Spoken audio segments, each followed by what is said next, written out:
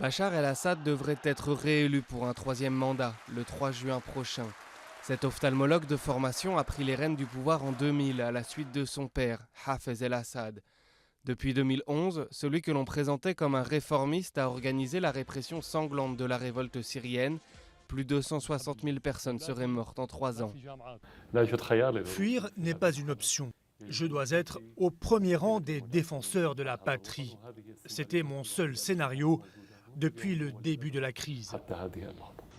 Face à lui, l'opposition syrienne s'est militarisée. Bachar el-Assad a perdu le contrôle de quelques régions, mais il reste déterminé à écraser la rébellion et à tenir fermement les rênes du régime. Seuls les habitants des régions sous son contrôle pourront voter le 3 juin. Il veut se présenter aux élections en piétinant les cadavres des Syriens.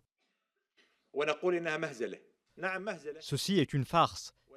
Si elle se concrétise, elle risquerait d'accorder au président Assad un permis de tuer son propre peuple pour de nombreuses années encore.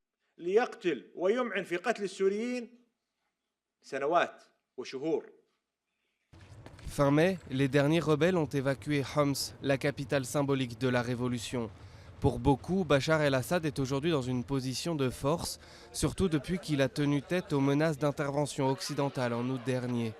La communauté internationale l'accuse d'avoir utilisé des armes chimiques contre la population.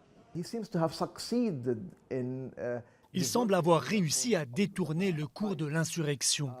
Beaucoup de gens, beaucoup de Syriens surtout, pensent aujourd'hui que Bachar el-Assad au pouvoir, c'est peut-être mieux que la terreur des groupes islamistes radicaux. Réélu pour 7 ans, Bachar el-Assad devra conduire un pays ravagé par la guerre civile où la moitié de la population vit dans une situation d'urgence humanitaire.